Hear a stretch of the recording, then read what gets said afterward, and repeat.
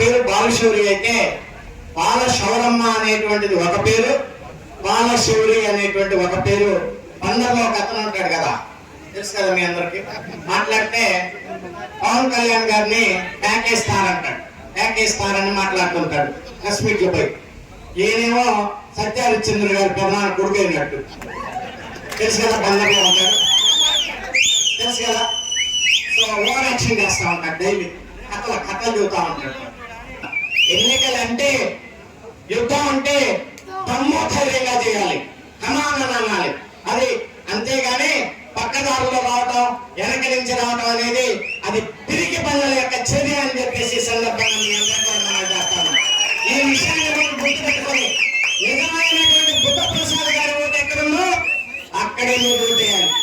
నిజమైనటువంటి బాలశౌరి ఓటు ఎక్కడ ఉందో గాజు గ్లాసు మీరు అక్కడే వేయాలి.